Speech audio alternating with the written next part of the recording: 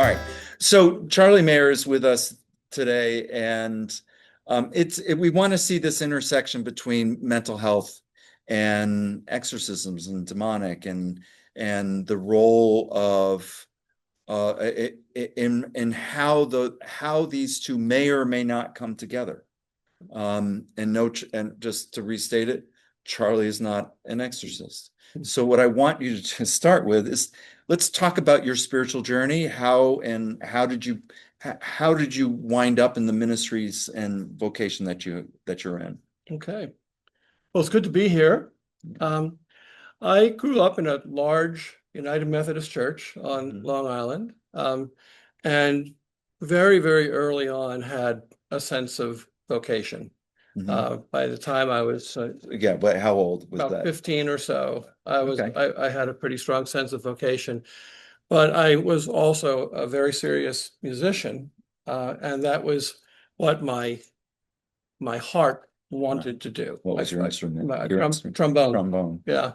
And I attended the Oberlin Conservatory and did my very best to fight God off for as long as I could. And finally, it became clear to me that that wasn't going to happen.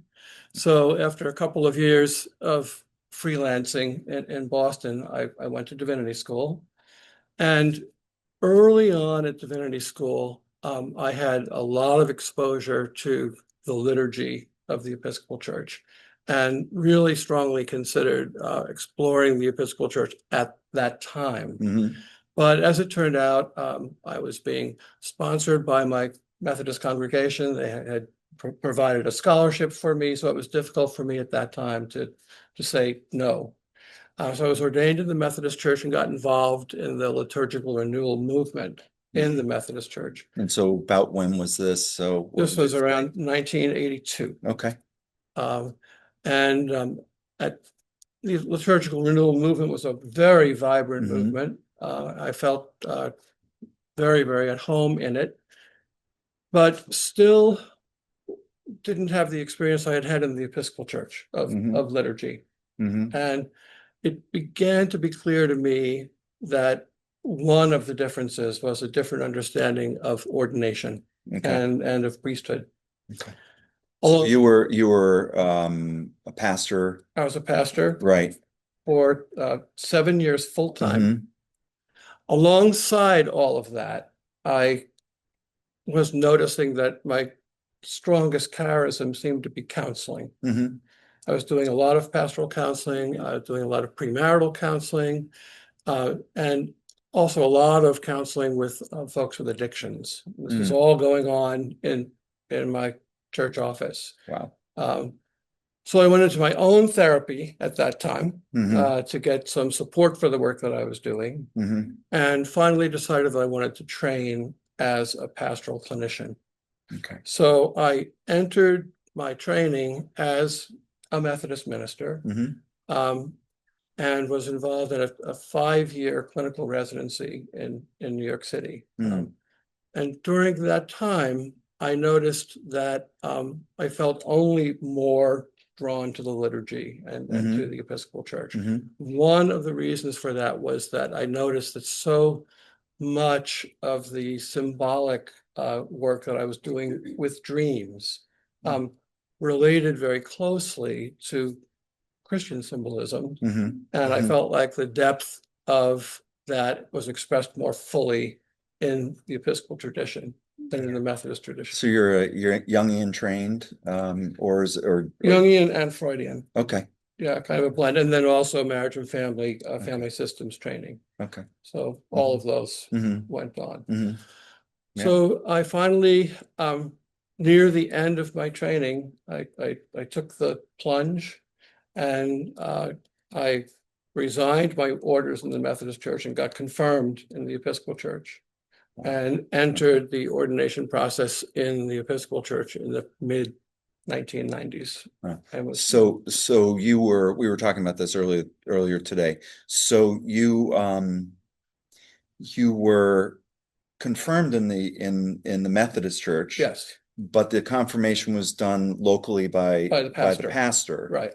right? And then, so in the Episcopal Church, we would require a bishop to Right. do the confirmation. So you went through that. You essentially quit your job, all right? You resigned yourself From my orders. from your not Yes. only, so not only did you resign your church, gave up your pastorate, Mhm. but you left, you walked away from your ordination Right. vows, Right. and then came over to the Episcopal Church, and they said, well, we might have you, Right. but you have to get confirmed, Right. and then you had to do what? Tell me the next Well, step. had pretty much to go through the entire ordination process. Wow. And that included a year of Anglicization at General Seminary. Mhm. Yeah. So So what church were you at? Were you worshiping at in New I was York at the City? Church of the Incarnation in Manhattan. Right. Yeah. Okay. And so you were just a parishioner there. I mean, Well, the rector made me counseling associate, okay. and so I did participate in the liturgy and Okay. did a lot of pastoral counseling there. Okay. Yeah. Okay. So you were, just a really involved lay person, and they had to say, "Oh, we agree that once again, you had to have your calling, what we considered a calling, affirmed by the local church." Right. And then the bishop, going through all the diocesan process, which was what are the things that you had to do? Well, I had 8 interviews with members of the standing committee, and Wow. all 8 of them had to say yes in order for me to go forward. Which is different than, like, for my ordination, I had 3 people with the commission on ministry, and only 2 had to say yes. Right. So your bar was much higher in that sense. You had to have 8 of the standing commission, which is the higher commission, and all of them say yes. Right. Right. Okay. So it was quite an anxious time, as you can imagine. Did you have to go through like a psychiatric test? Yes. And the Rorschach's test and the personality profile? So you had to do the whole shebang. You had to do the whole thing again, and you had probably presumably I had done that before with the Methodist Church. Yes. Yeah. And this is all because you weren't confirmed by a bishop, or no, it's more than that. It was more than that. Yeah. But so during that time, were you allowed to go to General Seminary for your 1-year degree? Yes. Oh, so you were able to at least do that concurrently. Yes. Okay. Yeah. I was a candidate by the time I went to General Seminary.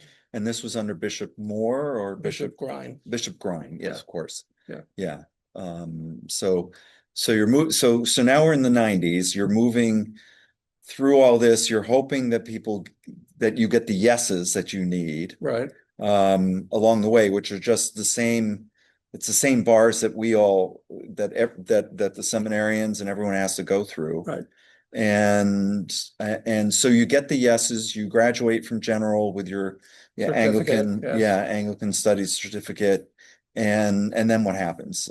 Well, all through that time, I was building a private practice in New York City. In New York City. So this was happening alongside the process with the Episcopal Church. Yeah. So actually, that was a real respite for me. It was something that was familiar. It was a way to continue my routine while I was going through all these changes. Wow. So as soon as I was ordained, I became what Incarnation called the assistant minister. Okay. It was a very low church. Right. And served as assistant minister for 2 years while continuing to have my practice on the side. Right.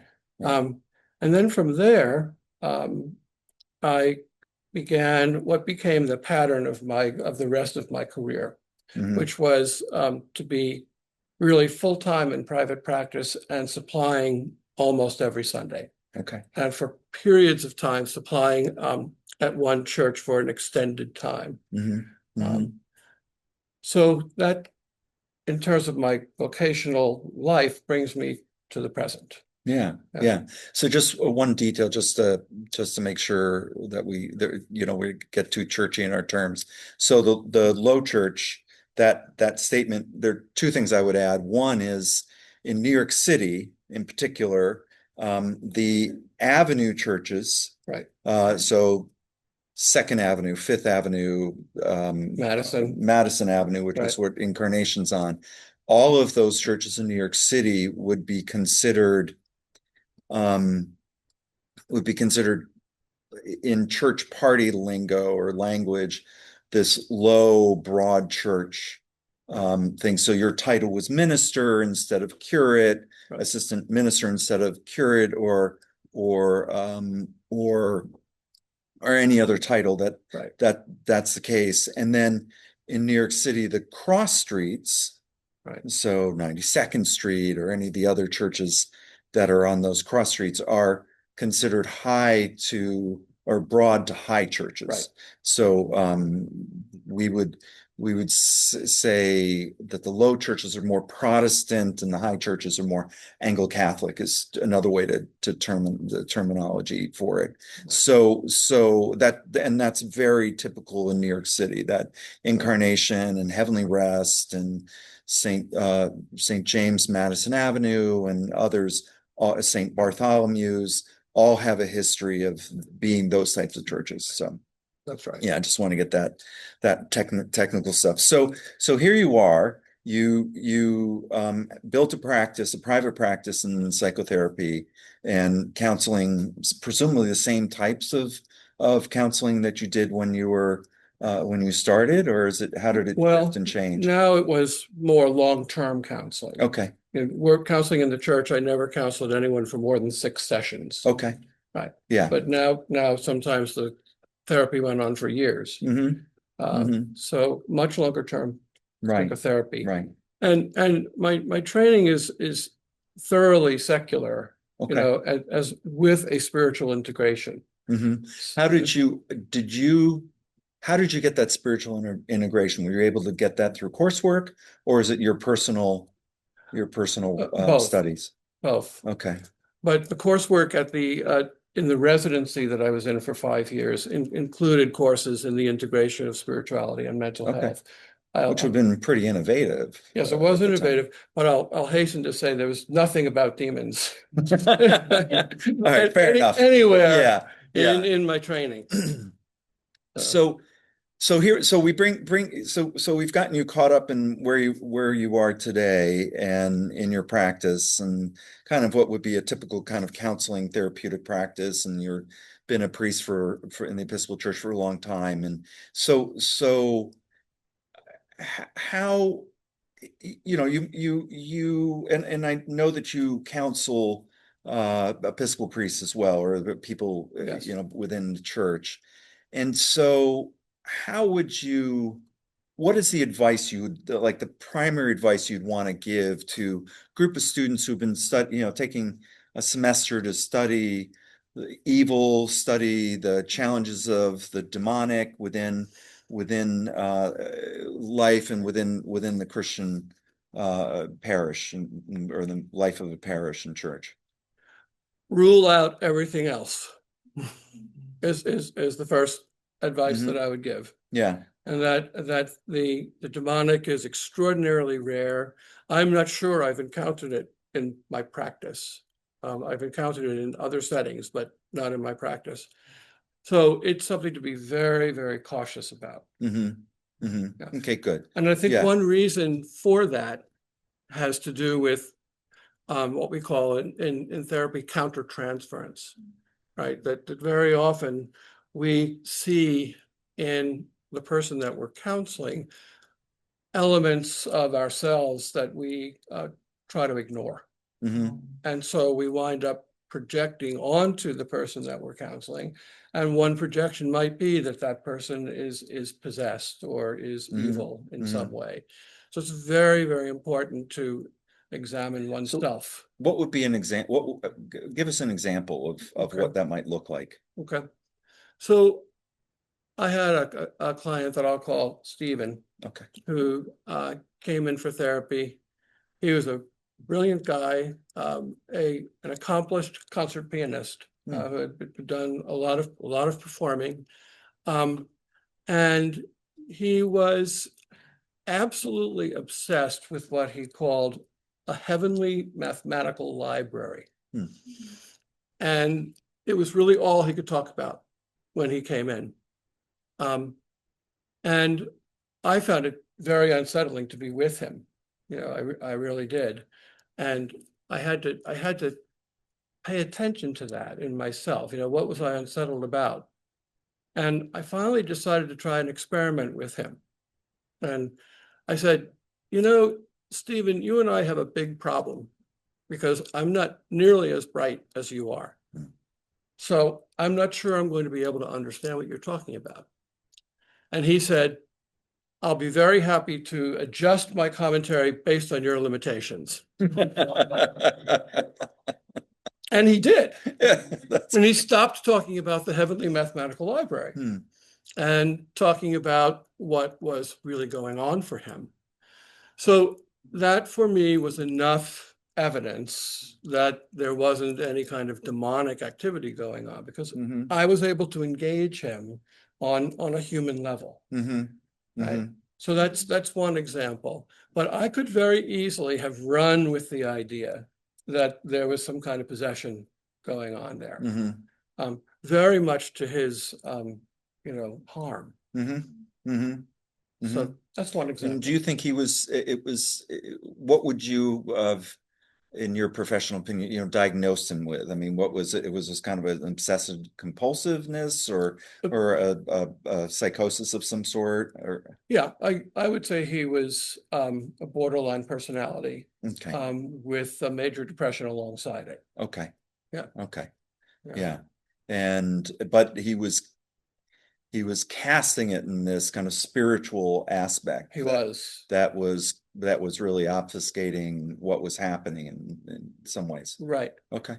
And I'm reminded of the way I've done some reading in preparation for being here today, of the church fathers and mothers and their classifications. They actually had classifications of mental illness. And they classified them according to three categories: the somatic, the demonic, and what they called the spiritual. So the somatic, so that's of the body Body-based. And what would that be? What would be an example?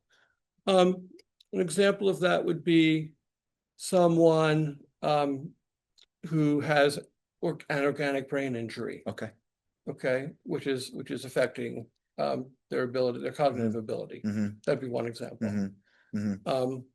And the demonic is what we know to be the demonic, and then the spiritual they consider to be symptoms that occurred because of distortions of the will. And they said that very often the symptomology of the demonic and the spiritual was very similar. So that once again, it was important to kind of make the distinction between the two and to ascertain which one was going on. They also said that that the prayers used in exorcism were often efficacious in cases of spiritual disorders. Okay. So give us an example of a spiritual disorder. We think just come up with another one. Okay. So like give us a modern example. So I had a client who came to me because he was wrestling with relationships with two different people. Roman Catholic guy. Okay.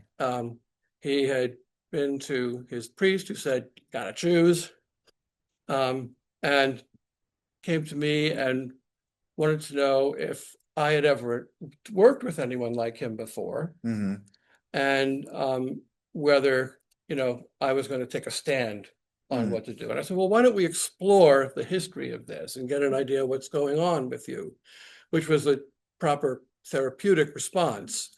And it turned out that he was just the most superstitious person Hmm. I've ever met in my Mhm. life. Mm-hmm. He was always seeing black cats Okay. crossing the road in front of him. He'd come in almost every session reporting another black cat. And would be very, very anxious about that, and Hmm. to the point of terror, Right. And he was meanwhile leading this elaborate double life. Hmm. And that was the distortion of the will. Right. That's what was causing this symptomology, Okay. in my mind. Right. So the work was to help him resolve that and make Right. a choice. Right. But it certainly wasn't going to happen by me saying, pick this one or pick that one. Right. Right. Yeah. Build. Yeah. Right. There was going to be a journey. There was a Yeah. journey. There was a Well, lot of work to do. Right, because he had to come to that place of admission and of what he's doing That's right. and the impact of that, as opposed to just living this. Well, one of the challenges is the secret that he was holding, Right. And trying to hold that secret so tightly was causing probably a lot of his distress. That's right. And then resolving that is to acknowledge that he has this secret that is affecting him in outward ways in his personal life. Right. Okay. And once Yeah. again, it would have been very easy for me to conclude that there was demonic activity going on with him. Sure. Now, we might want to make the distinction in this class to say he's not possessed, and we would have, I think the class here and myself would have certainly agree with you that on the rarity of possession, that to give up for a human to lose their own agency is a very extreme event. Yes. It just we're not built in a way to lose, just to give up our agent, to give up our personal self, in our body, in our essence, in our soul. We're just not built that way. We're together. So, but there are instances when that happens. That said, we might ask, well, perhaps this person is been following this life out of demonic pressure or influence, or some sort of perhaps even a evil, just kind of almost like a crustacean that's on him, that kind of sense of it.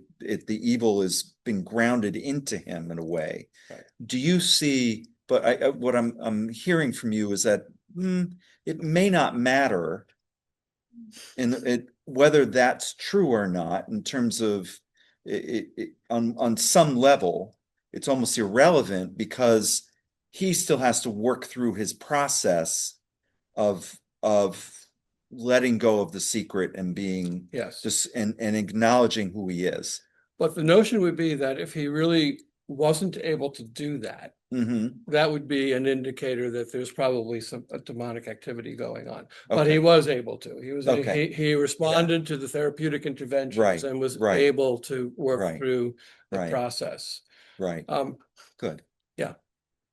Nice. So, and what's your view of, I mean, you have to walk a line kind of professionally around prayer and spiritual activities in your psychotherapy practice versus as a priest and counseling somebody in a church setting. Right. And how do you navigate that? Because that's, clearly, you don't show up at the psychotherapy office in your collar, perhaps. I don't. And Right. Yeah. Right. I dress more and more casually as I get older. Okay. Yeah. So prayer is a part of my practice. I will use it only with people who have indicated that they would like it to be something that goes on in the work. So I've done entire therapies with many people without using prayer at all. But if I'm working with someone who is there because I'm a pastoral therapist and wants that to be a part of the work, then yes, it can be. I would never, though, in my private office, attempt an exorcism. Right. And so let me ask, and why not? Well, because it's potentially unsafe. Okay. How so? How so? Well, I think that it could only worsen the person's situation. Okay. I think that's my main concern would be harm to the demon possessed individual, but it could also be harm to me. Okay. Right. So I think that this has to take place in community. Okay. I think that there has to be community surrounding the exorcism. And certainly in going back to what I've learned about the church fathers and mothers, they would house demon possessed people in the monastic setting and live alongside them, as they worked in prayer to exorcise them. Okay, good. Yeah. Good. And you mentioned, because my students are not going to let this go, so I'm going to ask it to you because they're just going to ask, and it will be interesting for those that are going to watch this later. Is you mentioned that you may have encountered evil outside of the clinical practice. So can you speak to that a little bit, or your understanding? Because it's well, want to know. I think that I've encountered it in parish settings. I have certainly had disturbances during worship, right, from people who were behaving in a blasphemous way. Okay. I know I'm talking about one or two instances in 40 years, but I have had that experience. Right. And in those cases, I consulted with higher powers than myself, right, and tried eventually to intervene in the life of the people involved. Okay. Yeah. Okay. Good. Yeah. Okay. All right. Well, we're going to break it off there, and we're going to go into question and answers, because I get the feeling that there's going to be a few. So okay. Thanks for this, and you're so welcome. Yeah, and I really appreciate you being a part of us. You bet. Yeah. Good.